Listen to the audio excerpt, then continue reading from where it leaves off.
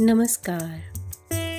हर रोज की तरह आज भी अमित जी सांझ होते ही अपने घर के बाहर बने लंबे से बरामदे में आकर बैठ गए। हाथ में मोबाइल और अखबार, आंखों पर चश्मा और आते जाते लोगों को दुआ सलाम। रिटायरमेंट के बाद यह दिनचर्या का हिस्सा अब बड़ा खास लगने लगा था। कभी कभार थोड़ा साथ के बने पार्क में घूम भी आते थे, लेकिन आज दोपहर से ही बादल बरसने की शक्ल लिए बैठे थे। अचानक से ही काली घटा ने पूरे आसमान को घेर लिया और बादलों की गड़गड़ाहट के साथ बारिश भी जमकर बरसने लगी। गली में पैदल चलते हुए लोगों के कदमों ने रफ्तार पकड़ ली थी और अचानक से सब कुछ धुंधला सा दिखने लगा। अमित जी कुर्सी पर बैठे भीगते हुए मौसम का आनंद ले रहे थे कि तभी तेजी से भागते हुए शुक्ला जी नजर आए। उनके हाथ में पकड़ा खुला छाता हवा में उड़े जा रहा था और वो उसे संभालने के चक्कर में जल्दी से अमित जी के बरामदे की 4 सीढ़ियां चढ़कर बरामदे में आ गए। अमित जी के सामने अपना खुला छाता बंद करते हुए कहने लगे, बाप रे, कितने जोरों का तूफान आया है। अमित जी ने कहा, कहाँ से घूम कर आ रहे हैं शुक्ला जी?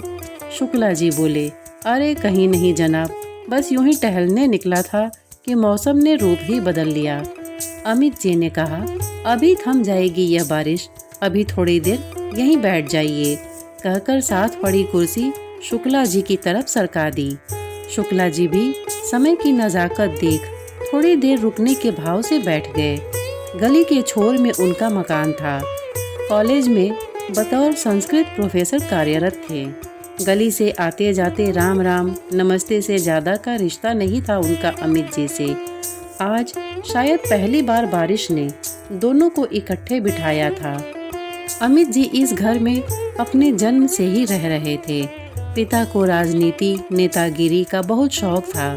घर में सदा लोगों का तांता लगा रहता था। परिवार के निजी कार्यों में दखल अंदाजी ना हो, इसलिए पिताजी ने यह लंबा चौड़ा बरामदा बनवाया था। यहीं पर अपनी पार्टी संबंधित सभी मीटिंगें करते थे। अपनी जिंदगी की सारी कमाई झूठी शान शौकत में लुटा दी। अमित जी को पिता के मृत्यु के बाद कर्जों में डूबा यह घर मिला था विरासत में। बैंक से मैनेजर के पोस्ट पर साल पहले ही रिटायर हुए थे।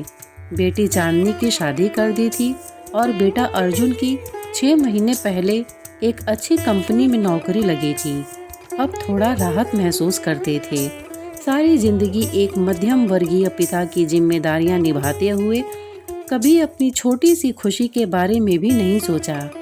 कभी कुछ करने का सोचते भी तो बजट पीछे खींच कर ले जाता। यारी दोस्ती शब्द तो उनकी जिंदगी में कोरे कागज जैसा था। अकेलेपन में रिटायरमेंट गुजर रही थी। आज भी उसी का हिस्सा बने हुए थे कि शुक्ला जी ने अचानक से आकर उनके अंतरिम का कोई दरवाजा खटखटाया। दोनों बैठकर बातें करने लगे तो एक दूसरे की संगति में डूब से गए। दोनों की एक जैसे विषयों पर रुचियां मिलने लगी। बातों का समासा बनने लगा। हंसने की आवाजों ने वातावरण को घेर लिया। पत्नी मृदुला, जो कि साथ वाले कमरे में बैठी अपना मनपसंद धारावाहिक देख रही थी, कि अचानक पति की किसी के साथ आवाजों ने उसका ध्यान बाहर की ओर खींचा। पति किसके साथ बातें कर रहे हैं यह देखने के उद्देश्य से वो भी बाहर आ गई। शुक्ला जी को देख नमस्कार कर हाल चाल पूछकर वापस अंदर जाने को मुड़ी तो पति ने पीछे से आवाज लगाई, अरे सुनो मृदुला, 2 कप चाय तो बना लाओ। जी अभी लेकर आती हूँ, कहकर अभी 2 कदम आगे बढ़ी तो पति ने फिर से आवाज लगाई, ऐसा करो यार, 2 पकौड़े भी हो जाएं आज, मौसम का भी यही तकाजा है। कहकर अमित जी मटकाती हुई आंखों से पत्नी की ओर देखने लगे। शुक्ला जी ने कहा, अरे नहीं नहीं, भाभी जी को क्यों तकलीफ दे रहे हैं, मैं तो बस यूं ही आ गया। अमित जी ने कहा, अरे तो क्या हुआ शुक्ला जी, आपके बहाने हम भी खा लेंगे, जाओ जल्दी से बना कर लाओ। पत्नी की ओर देखते हुए बोले। मृदुला पति के यूं हुक्म चलाने पर जल भुन जाती, लेकिन जब से बेटे अर्जुन की नौकरी लगी थी तब से बहुत खुश रहने लगी थी। बेटा कहीं दूर नहीं गया था, अपने ही शहर में अपने ही पास था, इसीलिए मन में बड़ी राहत महसूस करती थी। जल्दी रसोई घर में आई, सब्जियां काटने लगी। गैस पर जल्दी से चाय का पानी चढ़ाया, लेकिन जैसे ही उसने बेसन का डिब्बा खोला, उसका मुंह खुला का खुला रह गया। डिब्बे में 2 चम्मच से ज्यादा बेसन नहीं था। जल्दी से उसने सामान की वो सूची देखी जिसे पकड़ाकर उसने पति से कल ही राशन मंगवाया था। यह क्या, बेसन तो लिखना भूल ही गई। अब सामने से निकल कर जाएगी तो शुक्ला जी मना करेंगी और पति से डांट पड़ेगी अलग। इन सोचों में डूबी ही थी कि बेटे अर्जुन का फोन आ गया। मम्मी, अगर चाय बना रही हो तो मेरी भी बना देना, मौसम खराब होने वाला है, इसलिए जल्दी ही छुट्टी कर ली है। मृदुला ने हल्के से सुर में कहा, ठीक है बेटा। माँ की आवाज में कोई चिंता नजर आई तो अर्जुन पूछने लगा, क्या बात है मम्मी, सब ठीक तो है ना? हाँ बेटा, सब ठीक है। वो जो गली के नुक्कड़ में शुक्ला जी रहते हैं ना, वो तेरे पापा के साथ बाहर बैठे हैं। पापा ने पकौड़े की फरमाइश की है, लेकिन कैसे बनाऊं? घर में तो बेसन ही नहीं है। डिब्बे को बंद कर वापस रखते हुए मृदुला बोली, अरे मम्मी चिंता मत करो, मैं लेकर आ रहा हूँ, तुम चाय बनाओ। कहकर अर्जुन ने माँ की सारी परेशानी पल में दूर कर दी। थोड़ी देर बाद अर्जुन हाथ में एक बड़ा सा लिफाफा लेकर घर में दाखिल हुआ। उसने बाहर बैठे शुक्ला जी को प्रणाम किया और सीधा रसोई घर में माँ के पास चला गया। बेटे को देखते ही माँ चेहरे पर बड़ी सी मुस्कान लाकर बोली, ला दे बेटा बेसन। यह क्या? अर्जुन ने उस बड़े से प्लास्टिक थैले में से 2 तेल से सने लिफाफे निकालकर माँ के हाथ में थमा दिए। बेटा पकौड़े ही नहीं बल्कि गर्म गर्म जलेबियाँ भी ले आया था। मृदुला ने कहा, तू पकौड़े ही ले आया? इसकी क्या जरूरत थी बेटा, मैं बना देती, काहे को बैठे बिठाए इतने पैसे लगाकर आ गया। माँ को पीछे से आलिंगन करते हुए अर्जुन कहने लगा, जाओ माँ, तुम भी पापा के साथ बैठकर मौसम का आनंद लो। कभी तुम भी रसोई से छुट्टी लिया करो और ज्यादा मत सोचा करो। मृदुला बेटे की ओर मुड़ी, बहुत बड़ा हो गया है तू, कहकर एक हल्की सी चेहरे पर चपत लगाई। पकौड़ियाँ, जलेबियाँ और चाय लेकर जल्दी से जाकर बाहर पति और शुक्ला जी के साथ बैठकर गप्पे मारने लगी। भीगा भीगा मौसम और गर्मा गर्म चाय पकौड़े ने शुक्ला जी के बैठने के इरादे को मजबूत कर दिया, जो कि मन में काफी देर से उठने बैठने की कश्मकश में फंसे हुए थे। तीनों की बातों का दौर चल ही रहा था कि शुक्ला जी की पत्नी अनुराधा का फोन आ गया। कहाँ हो इतनी देर से, मुझे फिक्र हो रही है। पत्नी की चिंता को हटाते हुए शुक्ला जी बोले, अरे चिंता मत करो, अभी थोड़ी देर में आ जाऊंगा। अपने जो वो अमित जी हैं, ऊंचे घर वाले, उन्हीं के पास बैठा हूँ। अच्छा ठीक है। उधर से पत्नी का सुर आया। फोन बंद करने वाले ही थे कि मृदुला झट से बोली, अनुराधा से कहिए वो भी यहाँ आ जाए अगर कुछ खास नहीं कर रही। अनुराधा ने मृदुला का आमंत्रण स्पष्ट सुन लिया। घर में अकेली बैठी बोर हो रही थी तो झट से हाँ कर दी। थोड़ी देर बाद अनुराधा एक हाथ में छतरी और दूसरे से सलवार को पानी से बचाती हुई पहुंच गई। हल्के नीले रंग का सूट और बहुत ही हल्का सा मेकअप में भी बहुत प्यारी लग रही थी। मृदुला झट से एक एक कप चाय और बना लाई। बेटा दिल खोल कर पकौड़े लाया था।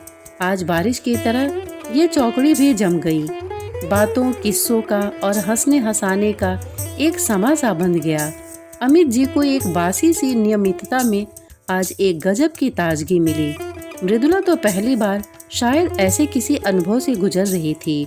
शुक्ला जी और अनुराधा के साथ उनके विचार और दिल खूब मिले। उनकी ही तरह यह दंपति भी काफी सीधे साधे दिखावे वाली थोथी बातों से काफी दूर थे। अर्जुन जो कि साथ वाले कमरे में बैठा था, उसका भी टीवी देखते देखते थोड़ी थोड़ी देर बाद ध्यान बाहर बैठे दोनों दंपति की बातों की तरफ जा रहा था। पापा के पास तो सदा ही बातें होती हैं, लेकिन हैरान था, माँ अपने कॉलेज के किस्से सुना रही थी तो कभी अपने बहन भाई की नटखट बातें सुनाती, पीछे यादों की दुनिया में खो रही थी। माँ को उसने कभी इतना बात करते पहले नहीं देखा। दादा दादी के रहते बहुत चुप चुप रहती थी। काफी संकीर्ण सख्त विचारों वाले बुजुर्ग थे।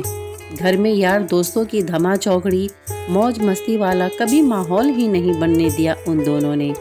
घर में आने जाने वालों में बस 2 बुआ ही थी। उनके आने से लेकर जाने तक माँ रसोई घर से बाहर निकल ही नहीं पाती थी। जिंदगी बस एक ढर्रे पर चलती रही। पापा भी थोड़ी कंजूस प्रवृत्ति के इंसान थे। माँ बस घर में ही दब कर रह गई। अर्जुन सोचने लगा, बादल तो बरस कर थम भी गए, लेकिन भरे हुए मन अभी तक बरस रहे हैं। उसने घड़ी देखी तो 8 बजने वाले थे। रसोई घर में गया तो देखा रात के खाने की कोई तैयारी नहीं थी। फिर बाहर आया तो देखा चारों मस्ती में खूब बतिया रहे हैं। आज माता पिता की मस्ती भंग करने का मन नहीं किया। चुपचाप पास के एक रेस्तरां से खाना ऑर्डर कर दिया। खाना ऑर्डर कर वो मेहमानों को रोक कर रखने के इरादे से बाहर आया और उन्हें अपना नया लाया स्मार्ट टीवी दिखाने के बहाने से अंदर ले गया। थोड़ी देर में खाने के डिलीवरी वाले ने घंटी बजाई। अर्जुन के हाथ में बड़ा सा बैग देखकर माता पिता भौचक्के रह गए। अर्जुन ने बड़े प्यार से शुक्ला जी से कहा, अंकल जी, मैंने खाना मंगवाया है, आप लोग खाकर जाइएगा। अर्जुन के प्रेम के इस आग्रह पर शुक्ला जी बड़े निश्चित इरादे से मना करने लगे। शुक्ला जी ने कहा, नहीं नहीं, अब हम चलेंगे, यह बहुत ज्यादा हो जाएगा। आप लोगों ने बहुत खिला दिया, अब खाने की तो भूख भी नहीं। अर्जुन ने कहा, कुछ ज्यादा नहीं, आप लोग बैठिए, जितना मन हो उतना खा लीजिएगा। माँ चलो आओ, खाना मेज पर लगा दो। अर्जुन के पीछे पीछे मृदुला रसोई घर में भागी आई। धीरे से लेकिन कसी आवाज में बोली, खाना क्यों मंगवाया? ये तो जा रहे थे अपने घर और फिर ये तो बस यूं ही आ गए थे। अर्जुन माँ को हाथ के इशारे से रोकता हुआ बोला, माँ खाना लगाओ, इस विषय में बात हम बाद में करेंगे। सबने बैठकर बड़े आराम से खाना खाया। अर्जुन ने लाजवाब ऑर्डर किया था। शुक्ला जी भूख ना होते हुए भी डटकर खाए। फिर थोड़ी देर में खाना खाकर शुक्ला जी और अनुराधा बहुत सारा धन्यवाद और अर्जुन को आशीर्वाद देकर तारीफों के पुल बांधते हुए चले गए। उनके जाते ही माता पिता के चेहरों पर आए भावों को पढ़कर अर्जुन जवाब ढूंढने लगा। पहले पिता ने त्योरियां माथे पर चढ़ाकर कहा, बहुत पैसे आ गए हैं मृदुला तुम्हारे साहबजादे के पास। घर में कोई जश्न चल रहा था क्या, जो बैठे बिठाए 1000 रुपया खर्च कर दिया होगा। अब खाना भी इस घर में बाहर से आएगा। मृदुला ने कहा, बेटा क्या जरूरत थी खाना मंगवाने की, मैं बना लेती। और फिर ये लोग तो बस यूं ही आ गए थे, हमने कोई निमंत्रण थोड़ी दिया था। चाय पकौड़े तक तो ठीक था, लेकिन ये खाना और वो भी इतना कुछ। सच में अर्जुन, ये तो मेरी भी समझ के परे है। थोड़ी नाराजगी माँ के चेहरे पर भी दिखाई दी। माँ बाप की मनोवृत्ति समझते हुए बड़े प्यार से अर्जुन बोला, पापा ये जरूरी तो नहीं जो अब तक नहीं हुआ वो आगे भी ना हो। इस काबिल अब हम हैं कि खड़े पहर 4 पैसे खर्चने पड़े तो सोचने की जरूरत नहीं है। मैं आया था बाहर माँ को बुलाने, लेकिन नहीं बुला पाया। पहली बार मैंने अपनी माँ को एक आत्मिक खुशी में पाया। आप सब इस पल के क्षणों में एक दूसरे के साथ अत्यंत आनंदित थे।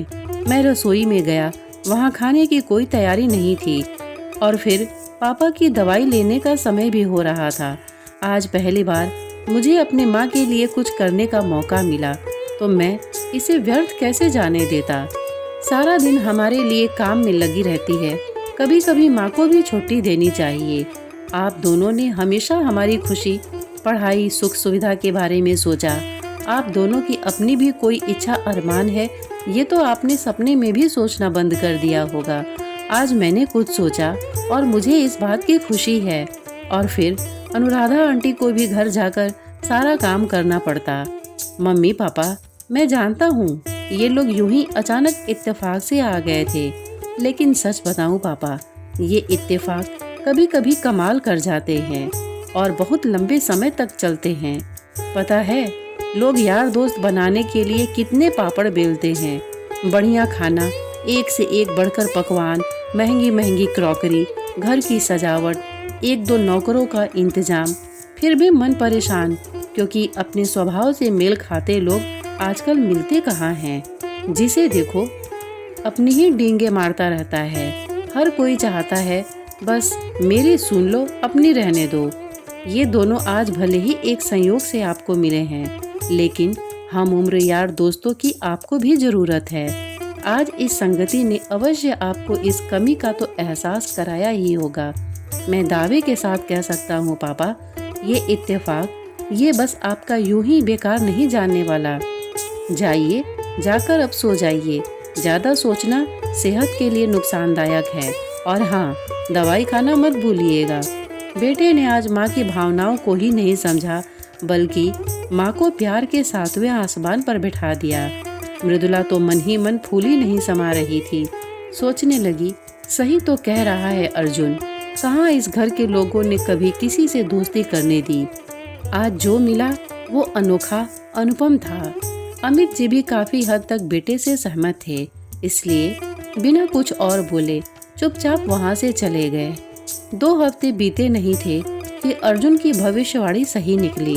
अनुराधा और शुक्ला जी के घर से खाने का निमंत्रण आया।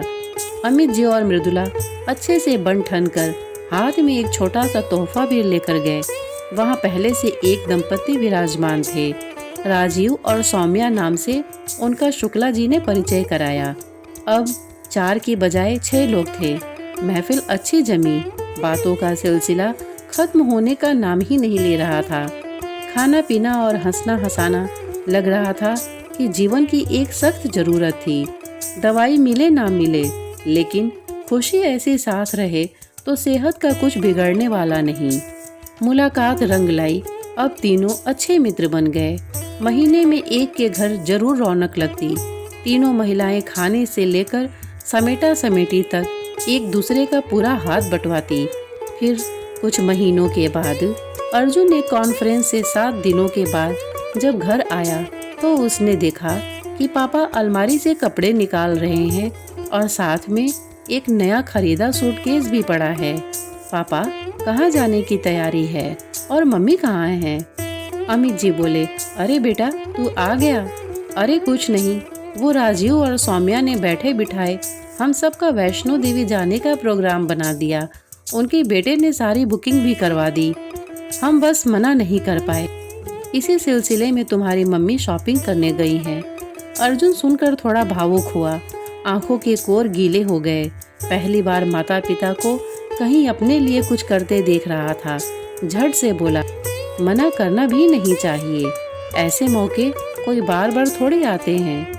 जाओ और खूब अच्छे से माँ के दर्शन और एंजॉय करके आओ। पीछे घर की चिंता मत करना, मैं हूँ।